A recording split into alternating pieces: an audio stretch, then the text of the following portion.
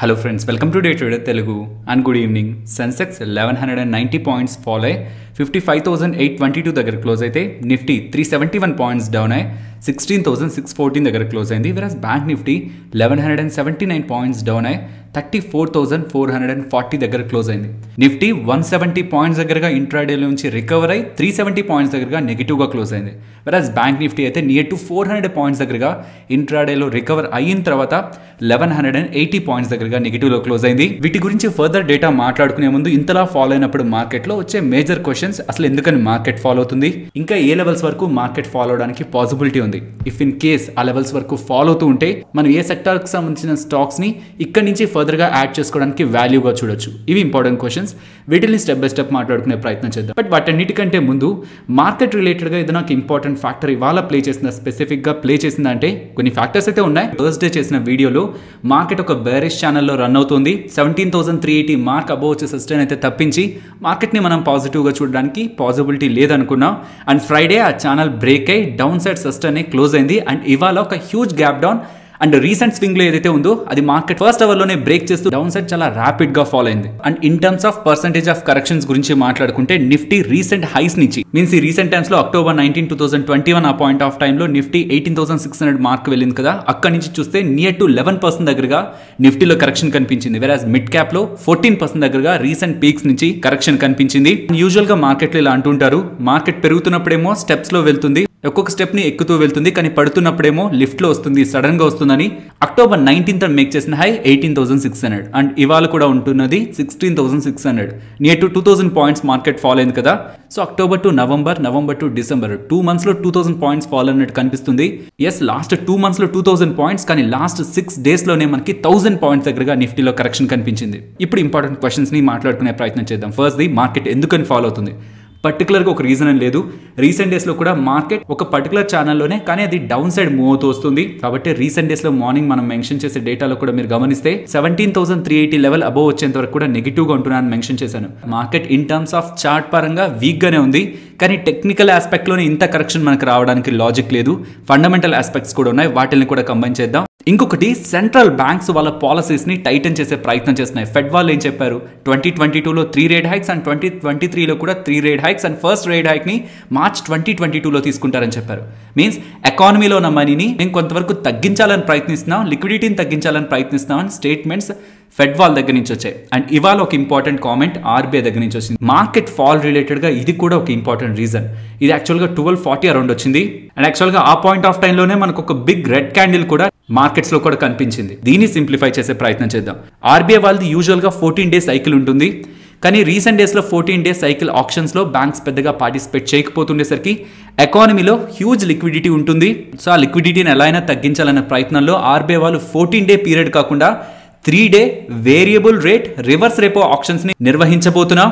ఇందులో భాగంగా 2 lakh crore దగ్గరగా ఈ VRRR లో భాగంగా మేము తీసుకోవాలనుకుంటున్నామని ఆర్బీఐ వాళ్ళు అనౌన్స్ చేసేసరికి మన ఇండియాకి సంబంధించిన 10-year బాండ్ ఈల్స్ 6.45% కి హిట్ అయ్యాయి. మీన్స్ ఈల్స్ లో స్పైక్ కనిపించింది. అది లాస్ట్ 20 months ఒక హై. ఇలాంటి స్పైక్ మనకి ఏప్రిల్ 2020లో కనిపించింది. సో ఆర్బీఐ వాళ్ళు కూడా ఎకానమీలో ఉన్న లిక్విడిటీని కొంతవరకు పుల్ చేయడానికి ప్రయత్నిస్తుండడం, దీనికి ప్యారలల్ గా గ్లోబల్ గా ఉన్న సెంట్రల్ బ్యాంక్స్ కూడా ఎకానమీలో ఉన్న లిక్విడిటీస్ తగ్గించే ప్రయత్నాలు చేస్తూ ఉండడం కూడా మార్కెట్స్ రిలేటెడ్ గా నెగిటివ్ గా ఉంటే, వైరస్ రిలేటెడ్ గా కన్సర్న్స్ అని కూడా ఈ ఫైనాన్షియల్ ప్లాట్ఫామ్స్ లో డేటా అయితే కనిపిస్తుంది. సో ఇక్కడ వైరస్ కేసులు పెరుగుతున్నాయంటే స్టార్టింగ్ లో ఈసారి ఫియర్ కంటే కూడా హెల్త్ రిలేటెడ్ గా కన్సర్న్ కంటే కూడా కేసులు పెరుగుతుంటే గవర్నమెంట్స్ ఆ కేసులు తగ్గించడానికి ఎకానమీ రిలేటెడ్ గా రిస్ట్రిక్షన్స్ లైక్ ఈ లాక్డౌన్స్ కానీ విధించే ప్రయత్నం ఉంది. ఒకవేళ విధిస్తే దెన్ ఎకానమీలో గ్రోత్ స్లో అవుతుందన్న ఒక నెగిటివ్ కన్సర్న్స్ కూడా గ్లోబల్ మార్కెట్స్ అలాగే ఇండియన్ ఈక్విటీ మార్కెట్స్ ని ఇంపాక్ట్ చేస్తుందనేలా ఆర్టికల్స్ అయితే కనిపిస్తున్నాయి. బట్ వీటన్నిటికంటే మేజర్ ఫ్యాక్టర్, పర్సనల్గా మనం కూడా మల్టిపుల్ టైమ్స్ ఛానల్లో మాట్లాడుకుంటూ వస్తున్న ఫ్యాక్టర్స్ FISకి సంబంధించిన సెల్లింగ్. వాళ్ళు ఈవెన్ ఫ్రైడే కూడా 2,070 crores దగ్గరగా ఇండియన్ ఈక్విటీ మార్కెట్స్లో సెల్ చేస్తూ ఈ మంత్ స్టార్టింగ్ నుంచి ఇప్పటి వరకు 26,680 crore దగ్గరగా ఇండియన్ ఈక్విటీ మార్కెట్స్ లో సెల్ చేస్తున్నారు. సో మార్కెట్ ఫాల్ రిలేటెడ్ గా ఇంపార్టెంట్ ఫ్యాక్టర్స్ అయితే కనిపిస్తున్నాయి. అండ్ వీటికి అడిషన్ గా రీసెంట్ టైమ్స్ లో మార్కెట్ లో హ్యూజ్ ర్యాలీ కనిపించింది కాబట్టి వాల్యుయేషన్స్ కొంత స్ట్రెచ్ అయ్యాయి. సో అది కరెక్షన్ రూపంలో కనిపిస్తుందని కూడా డేట్ అయితే మనకి మార్కెట్ లో కనిపిస్తుంది. మార్కెట్ ఫాల్ అయిన తర్వాత మార్కెట్ ఎందుకని ఫాల్ అయింది, రీజన్స్ ఉంటాయని మనం మాట్లాడుకోగలం, కానీ దీని కారణంగా మనకి పర్సనల్ గా వచ్చే గెయిన్ ఆర్ లాస్ ఏది ఉండదు.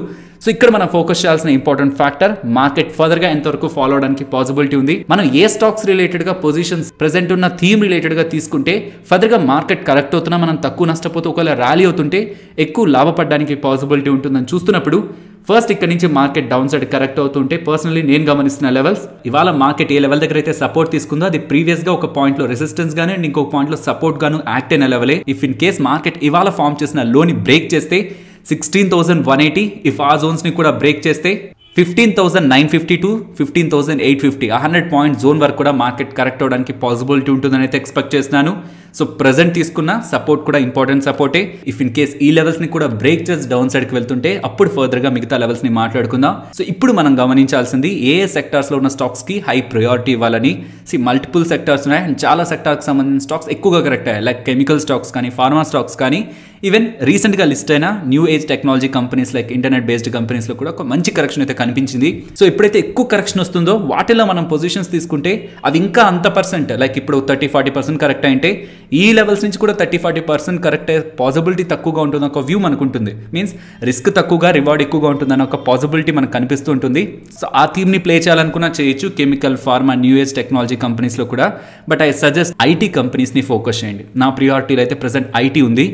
ఐటీలో కూడా ఒకవేళ అందరికీ తెలిసిన నేమ్స్నే సజెస్ట్ చేయాలి రిస్క్ తక్కువగా ఉండాలనుకుంటే విప్రో అండ్ టెక్ మహేంద్ర స్టాక్స్ని ఫోకస్ చేయండి. రిస్క్ తక్కువగా ఉంటూ కొంత సేఫ్ థీమ్ ప్లే చేయాలనుకుంటున్నాను, అటు లాస్ ఎక్కువగా అవ్వకూడదు, గెయిన్ అవుతుంటే నేను గెయిన్ అవ్వాలనుకుంటున్నాను, కొంత సేఫ్ థీమ్ అనుకుంటే ఐటీ స్టాక్స్, అందులో కూడా Wipro and tech Mahindra. Next latent view analytics గురించి మాట్లాడుకోవాలి. యాంకర్ ఇన్వెస్టర్స్ ఎవరైతే ఈ ఐపీఓలో ఇన్వెస్ట్ చేస్తుంటారో వాళ్ళు ఇవాళ సెల్ చేసే ఆపర్చునిటీ వచ్చేసరికి ఓపెనింగ్ దగ్గర నుంచి కూడా 8-9% దగ్గరగా ఫాలో అవుతూ ఓవరాల్ గా 10% లోయర్ సర్క్యూట్ లో స్టాక్ అయితే క్లోజ్ అయింది. బట్ ఇంకా ఫర్దర్ కరెక్షన్స్ లోని స్టాక్ అట్రాక్టివ్ వాల్యుయేషన్స్ లోకి వస్తుంది. నెక్స్ట్ సిప్లా గురించి మాట్లాడుకోవాలి. మార్కెట్ అంతా కొంత నెగిటివ్ గా డౌన్ సైడ్ కి మోతున్నా సిప్లా ఇవాళ 3.7% దగ్గరగా ర్యాలీ అయింది. దీని రిలేటెడ్ గా ఒక ఇంపార్టెంట్ అప్డేట్ ఉంది, కొంత ఫోకస్డ్ గా వినడానికి ప్రయత్నించండి. వీళ్ళకి యుఎస్ ఎఫ్డిఏ దగ్గర నుంచి లాండ్రియోటైడ్ ఇంజెక్షన్ ఒక అప్రూవల్ దొరికింది. ఈ లాండ్రియోటైడ్ ఇంజెక్షన్ దేనికి యూస్ చేస్తారంటే పిట్యూటరీ గ్లాండ్ మనకి గ్రోత్ హార్మోన్ ని సెక్రెట్ చేస్తుంది, అది తగ్గించడానికి. ట్యూమర్ ఒక సైజ్, క్యాన్సర్ ట్యూమర్ ఒక సైజ్ ని తగ్గించడంలో కూడా ఈ ఇంజెక్షన్ ని యూస్ చేస్తారు. ఈ ఇంజెక్షన్ రిలేటెడ్ గా కాంపిటీషన్ చాలా తక్కువ అండ్ సిప్లా వాళ్ళకి ఒక ఫస్ట్ మూవర్ అడ్వాంటేజ్ దొరికింది. అండ్ ఈ ఇంజెక్షన్ ఒక మార్కెట్ సైజ్ యుఎస్ లో $867 మిలియన్, అందులో సిప్లా వాళ్ళు $50-75 మిలియన్ దగ్గరగా బిజినెస్ ని చేసిన.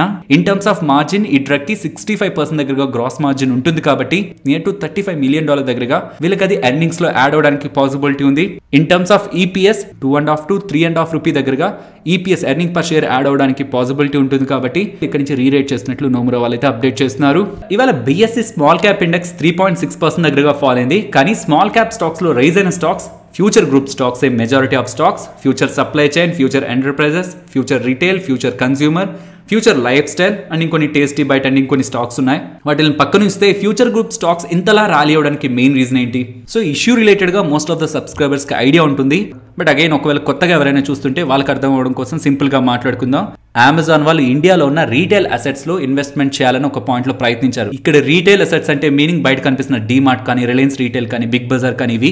కాకపోతే వాళ్ళకి బెటర్ వాల్యుయేషన్స్ లో కనిపించింది ఫ్యూచర్ రీటైల్ కి సంబంధించిన retail assets like Big Bazaar ఇవి వాళ్ళకి వాల్యుబుల్ గా కనిపించాయి. కానీ ఎఫ్డిఐ నార్మ్స్ ప్రకారం ఫారెన్ ఎంటిటీ ఇండియన్ కంపెనీస్ లో అంత పెద్ద మొత్తంలో ఇన్వెస్ట్మెంట్ చేయకూడదు రీటైల్ అసెట్స్ లో.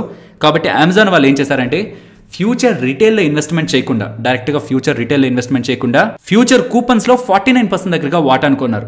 సో అమెజాన్ వాళ్ళు ఫ్యూచర్ కూపన్స్ లో వాటా అనుకుని ఇండైరెక్ట్ గా ఫ్యూచర్ రిటైల్ ని కంట్రోల్ చేద్దాం అనుకున్నారు 2019 లో. అమెజాన్ వాళ్ళ పాయింట్ లో క్లియర్ గా మేము ఫ్యూచర్ కూపన్ లోనే ఇన్వెస్ట్ చేస్తున్నాం, అంతేకాని ఫ్యూచర్ రిటైల్ లో మాకు ఎటువంటి సంబంధం లేదు, మేము దాన్ని ఇండైరెక్ట్ గా కూడా కంట్రోల్ చేయాలనుకోవట్లేదని అమెజాన్ వాళ్ళు స్టేట్మెంట్ అయితే పాస్ చేశారు. ఇది 2019 లో. కానీ 2020 ఆగస్ట్ లో ఫ్యూచర్ గ్రూప్ వాళ్ళు ఏమనౌన్స్ చేశారు, మాకు సంబంధించిన రీటైల్ అసెట్స్ ని లైక్ ఈ బిగ్ బజార్ వీటిలన్నింటినీ కూడా రిలయన్స్ వాళ్ళకి సెల్ చేస్తున్నామని ఒక మంచి డీల్ అనౌన్స్ చేశారు. దీంతో ఫ్యూచర్ గ్రూప్ కి, రిలయన్స్ కి ఇద్దరికి కూడా పాజిటివ్. ఇలా అనౌన్స్ చేసిన కొంత టైం లోపే మళ్ళీ అగైన్ అమెజాన్ వాళ్ళు వచ్చి మేము అసలు ఫ్యూచర్ కూపన్స్ లో ఇన్వెస్ట్ చేసిందే ఫ్యూచర్ రిటైల్ ని కంట్రోల్ చేయడానికి, మా డీల్ ప్రకారం.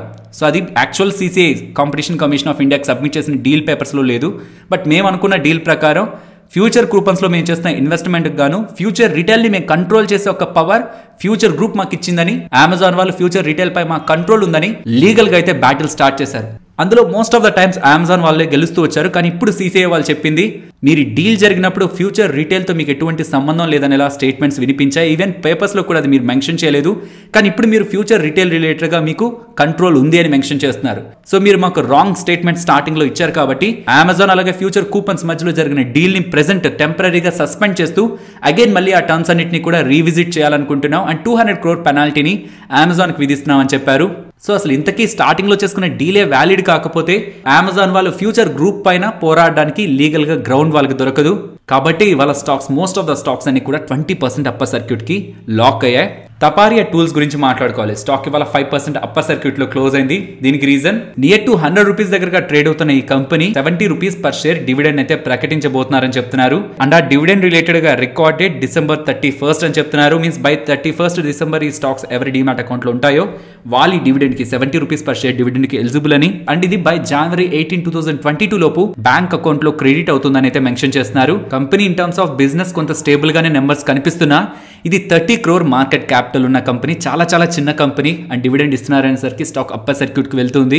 బట్ డివిడెండ్ అనేది స్టాక్ ప్రైస్ నుంచి డిడక్ట్ అయ్యే మనకి క్రెడిట్ అవుతుంది కాబట్టి బిగినర్స్ ఇలా డివిడెండ్ ఇస్తున్నారు, ఇంత పెద్ద మొత్తంలో డివిడెండ్ ఇస్తున్నారు అనుకున్న స్టాక్స్ లో యాక్టివ్ గా ఇన్వెస్ట్మెంట్ చేసే ముందు ఒకసారి ఆ కంపెనీ బిజినెస్ ని కూడా అనాలిసిస్ చేయడానికి ప్రయత్నించండి. అలాగే శ్రీ గణేష్ బయోటెక్ ఇండియా గురించి మాట్లాడుకోవాలి. ప్రెసెంట్ వీళ్ళ ఫేస్ వాల్యూ 10 గా ఉన్నది 1 గా చేంజ్ చేస్తారంటున్నారు. మీన్స్ నెంబర్ ఆఫ్ స్టాక్స్ 10 తో మల్టిప్లై అవుతాయి అండ్ స్టాక్ ప్రైస్ 10 తో డివైడ్ అవుతుంది. సో ఒక్కొక్క షేర్ కి నెక్స్ట్ కమింగ్ డేస్ లో 10 షేర్స్ దగ్గరగా క్రెడిట్ అవుతాయని ఒక పాజిటివ్ హోప్. సో ఇలా స్టాక్ స్ప్లిట్ అనౌన్స్మెంట్ తో స్టాక్ ఈవెన్ మార్కెట్ ఇలా ఫాలో అవుతున్న 1.5% దగ్గరగా పాజిటివ్ గా క్లోజ్ అయింది. ఈ సేమ్ లైన్ లోనే మిస్టిక్ ఎలక్ట్రానిక్స్ అనే ఒక కంపెనీ స్టాక్ స్ప్లిట్ ని January 4th కన్సిడరేషన్ లోకి తీసుకోబోతుందనేసరికి ఇది కూడా ఓపెనింగ్ పాయింట్ నుంచి కూడా అప్పర్ సర్క్యూట్ లోనే మెయింటైన్ అయింది. అండ్ ఈవెన్ రామకృష్ణ ఫోర్జింగ్స్ వాళ్ళు కూడా January 18th వాళ్ళ బోర్డు సమావేశాన్ని ఏర్పాటు చేసి వీళ్ళ రిజల్ట్స్ ని, డివిడెండ్ ని, ఈవెన్ స్టాక్ స్ప్లిట్ ని కూడా అనౌన్స్ చేస్తానని చెప్పారు. నెక్స్ట్ జీ ఎంటర్టైన్మెంట్ గురించి మాట్లాడుకోవాలి. వీళ్ళు 90 day ఎక్స్క్లూజివ్ పీరియడ్ సోనీ వాళ్ళతో ఎంటర్ అయ్యారు కదా September 22nd. సో ఆ 90 days మనకి December 21st ఎండ్ అవుతుంది. సో వీళ్ళు మెన్షన్ చేసిన టర్మ్స్ ప్రకారం విత్ ఇన్ 90 days లోపు వీళ్ళు సోనీ వాళ్ళతో మర్జర్ అవుతున్నారా లేదా అని ఒక అనౌన్స్మెంట్ ఇవ్వాలి. కాబట్టి రేపు మనకి జీ ఎంటర్టైన్మెంట్ దగ్గర నుంచి ఒక ఇంపార్టెంట్ అప్డేట్ వస్తుందని ఎలా ఫైనాన్షియల్ ప్లాట్ఫామ్స్ లో డేటా అయితే కనిపిస్తుంది. గెయిల్ అలాగే గుజరాత్ ఆల్క్లీస్ వాళ్ళు వీళ్ళిద్దరు కూడా కంబైన్ అయి 1000 crores వీళ్ళు స్పెండ్ చేసి క్యాపిటల్ ఎక్స్పెండిచర్ చేసి ఇథనాల్ మ్యానుఫ్యాక్చరింగ్ ప్లాంట్ ని స్టార్ట్ చేస్తున్నారు 500 KL per day.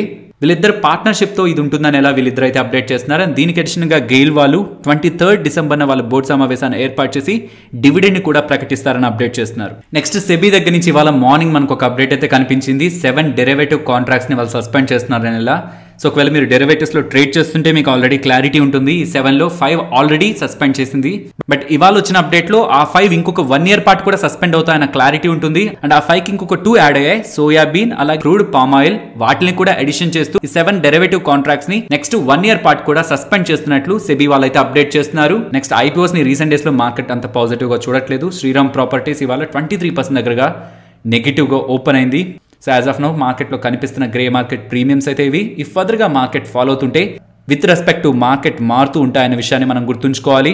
Next Nifty అలాగే bank Nifty support and resistance present ఉన్న లెవెల్స్ నుంచి డౌన్ సైడ్ 16,540 దగ్గర గమనిస్తున్నాను. Support and resistance 16,720 and bank Nifty support 34,170 and resistance 34,850. Next Nifty option chain data అని మాట్లాడుకుందాం. ప్రీవియస్గా కూడా మల్టిపుల్ టైమ్స్ ఈ అబ్జర్వేషన్ మనం మార్కెట్లో చేసాం. మార్కెట్లో ఎప్పుడైనా హ్యూజ్ మూవ్ ఒకసారి ఒక డైరెక్షన్లో కనిపిస్తే వోలటాలిటీ ఎక్కువగా ఉండడం కారణంగా ఈ ఓఐ డేటాలో కూడా మనకి స్టెబిలిటీ కనిపించదు. 1 or 2 days మార్కెట్ ఒక దగ్గర సస్టైన్ అయ్యి అక్కడ ట్రేడ్ అవుతూ ఉంటేనే ఒక క్లియర్ డైరెక్షన్ మనకి ఓపెన్ ఇంట్రెస్ట్లో కనిపిస్తుంది. బట్ స్టిల్ ఇక్కడ ఉన్న డేటాను గమనించారంటే పుట్ సైడ్ డౌన్ సైడ్కి వెళ్లే కొద్దీ మీన్స్ లోయర్ లెవెల్స్కి వెళ్లే కొద్దీ ఇక్కడ నుంచి 16,500 ఇంపార్టెంట్ లెవెల్గా కనిపిస్తుంది. బ్రేక్ అవ్వదని ఇవాళ కూడా రైటింగ్ అయితే జరిగింది. బట్ ఫ్రెష్ ఓఐ ఎడిషన్ ఎక్కువగా మనకి 16,300 దగ్గర కనిపిస్తుంది. కాబట్టి డౌన్ సైడ్ కొంత సేఫ్ గా చూడాలనుకుంటే 16,300 అండ్ ఇక్కడ నుంచి టాప్ సైడ్కి వెళ్తుంటే రెసిస్టెన్స్ మాత్రం 16,800 దగ్గర ఉన్న డేటాను గమనించారంటే ఇంట్రాడేలోనే 19,000 కాంట్రాక్ట్స్ దగ్గరగా బిల్డ్ అయ్యాయి. సో ఇక్కడ నుంచి మార్కెట్ టాప్ సైడ్కి ర్యాలీ అయ్యే వేలో ఇమీడియట్ గా 16,800 ఇంపార్టెంట్ రెసిస్టెన్స్. సో 16,300 to 16,800 ఈ 500 పాయింట్ జోన్ లో నిఫ్టీ ట్రేడ్ అవుతుందని మనం ఎక్స్పెక్ట్ చేయొచ్చు. ఫైనలీ ఇది ఫ్రెండ్స్ మన వీడియో నచ్చిందా? నచ్చితే వీడియోని లైక్ చేయండి ఫ్రెండ్స్. అండ్ ఈ వీడియో మన వాళ్ళకి యూజ్ అవుతుంది అనుకుంటే తప్పకుండా షేర్ చేయండి. మన ఛానల్ని సబ్స్క్రైబ్ చేయనట్లయితే ఛానల్లో ఉన్న కంటెంట్ని గమనించండి. ఇఫ్ ఆ కంటెంట్ మీకు యూజ్ అవుతుంది అనుకుంటే ఛానల్ని సబ్స్క్రైబ్ చేసి పక్కనే ఉన్న బెల్ ఐకాన్ క్లిక్ చేయండి. మరొక ఇంట్రెస్టింగ్ వీడియోతో మళ్ళీ మీ ముందుకు వస్తాను. అంతవరకు టేక్ కేర్. జై హింద్.